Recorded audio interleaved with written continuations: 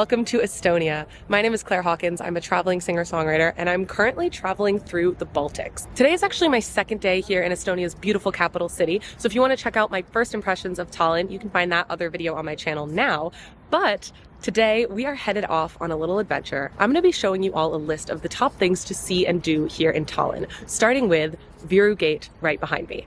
This gate was built in the 1300s and it marks the entrance to the Old Town, which is actually a UNESCO World Heritage Site. Let's go check it out.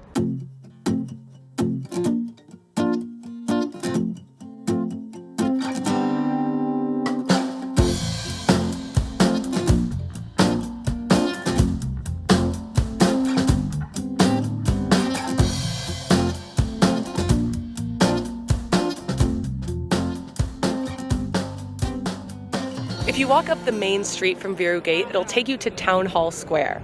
This is the main central square in the Old Town, and it's a great starting point for your day. The building behind me here is Town Hall. Now, granted, it's not actually used as a town hall building anymore, but it is a very interesting piece of architecture. This is one of the only town hall buildings here in Europe that still exists in its original form from the Middle Ages.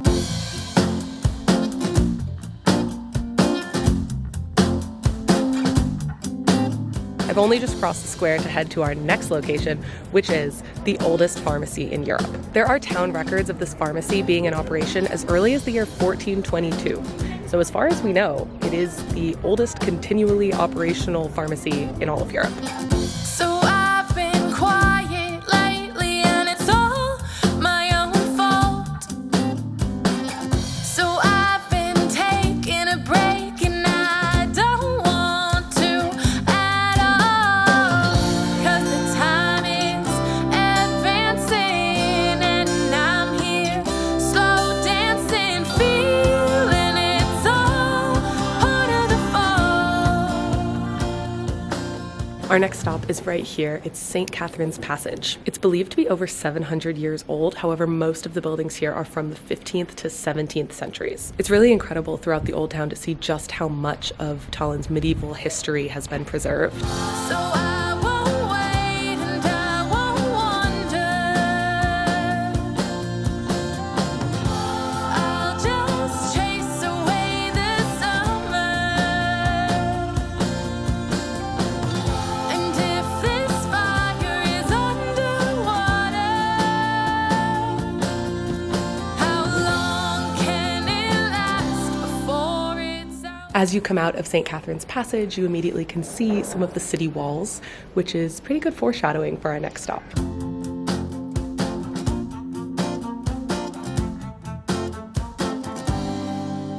I am extra excited about this next stop.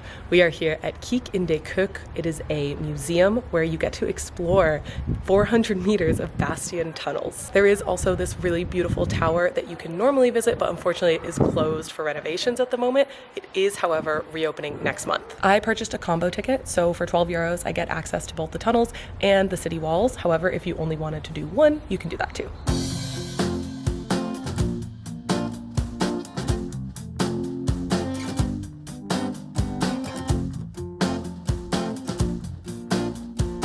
Definitely good to note that the stairs are quite slippery. I already almost fell, so hold the handrail. So I've been keeping busy like it's some kind of excuse. Walking around this city like it's on the list of things to lose.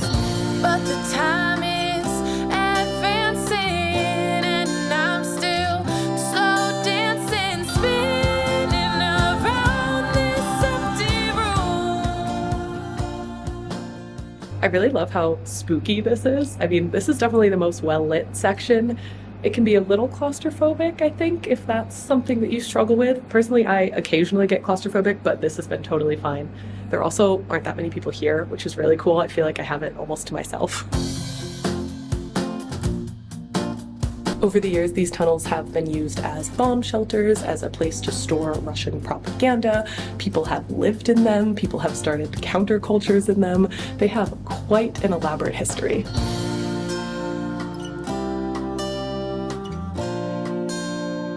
The exit from the tunnels is right at the base of the War of Independence Victory Monument, so I'm just headed back up the hill over to the Danish King's Garden. So I won't wait and I won't wonder.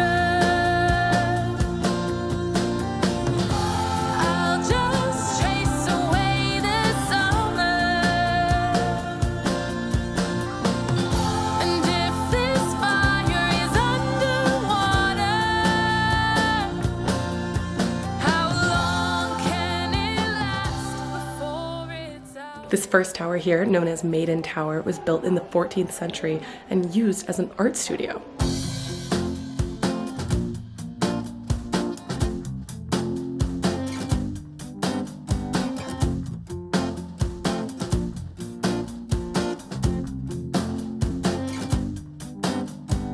Not only is it obviously very cool to be walking on the walls themselves, but the view is just breathtaking.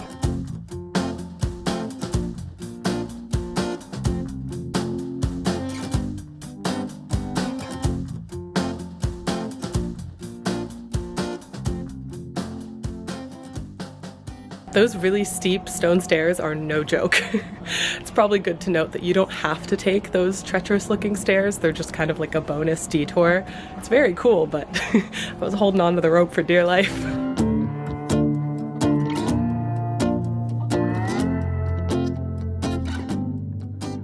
I just came back out. I'm again in the Danish King's Garden, and it is so beautiful and peaceful here. I could spend all day in this garden. However, we have another stop, and this one has a timed ticket, so we got to get over there. Our next stop is near where we started the day. It's called Hotel Viru, but it's not just a hotel, it's also a KGB museum. One of the things that I love so much about Tallinn is that there's so much rich history from so many different time periods. So right now we are going to move from the Middle Ages over to the Soviet Union era.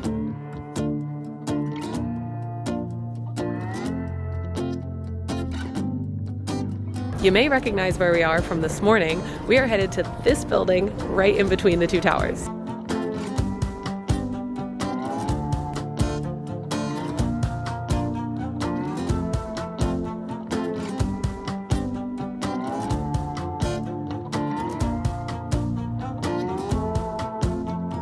These are the original bars that were put in here by the KGB, and they're still here.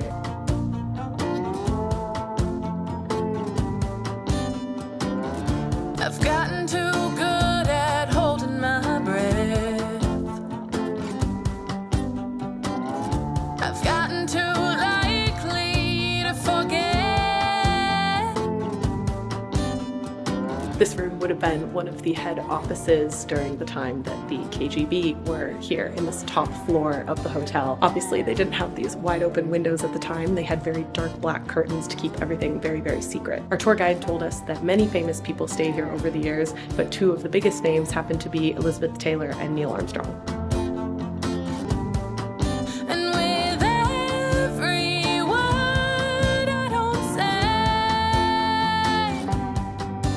this fire gets washed away. The tour is just wrapping up, and I wanted to take this opportunity to share a little fun fact with you all. I think I've mentioned on the channel before that both my parents studied in Russia. They lived there a few times in St. Petersburg and Moscow studying Russian language. And while they were there in the 80s, they came and visited Tallinn.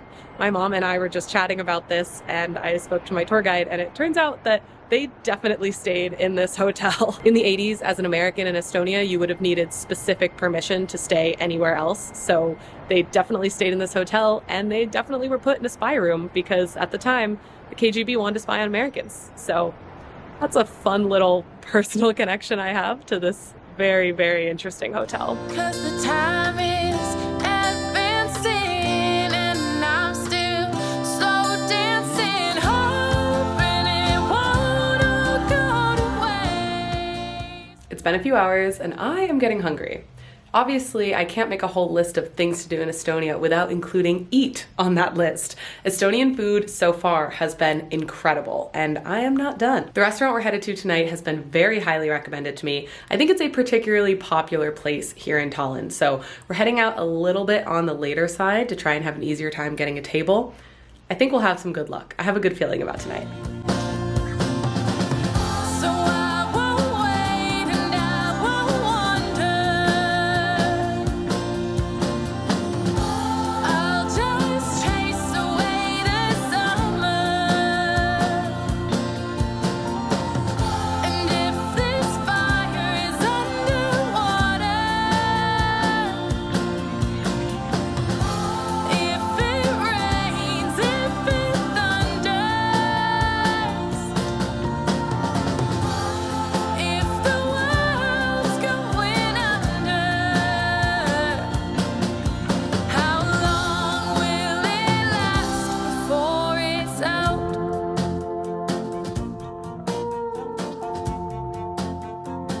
That dinner was honestly incredible. I highly recommend that restaurant. I can see why it's so popular. There was no wait. The staff were so friendly. The food was amazing.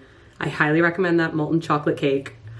I have nothing but good things to say. I have one more day in Tallinn and a lot more that I want to share, so I'm going to end this video here, but make sure you're subscribed and stay tuned for another video from Tallinn coming next week. As always, if you liked the music in this video, it is one of my originals, which you can find on all streaming services by searching Claire Hawkins, or of course linked in the video description. Thank you so much for watching. I'll talk to you soon.